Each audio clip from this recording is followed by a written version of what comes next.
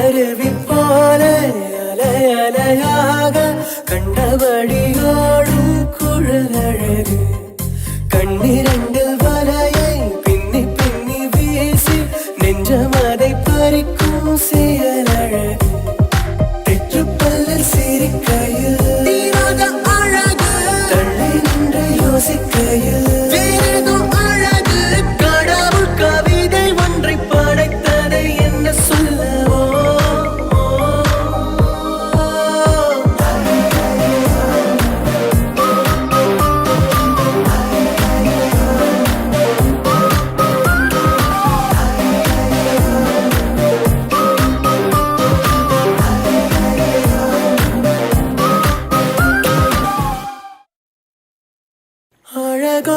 அழகு அவள் கண்ணழகு அவள் போல் இல்லை ஒரு பேரழகு.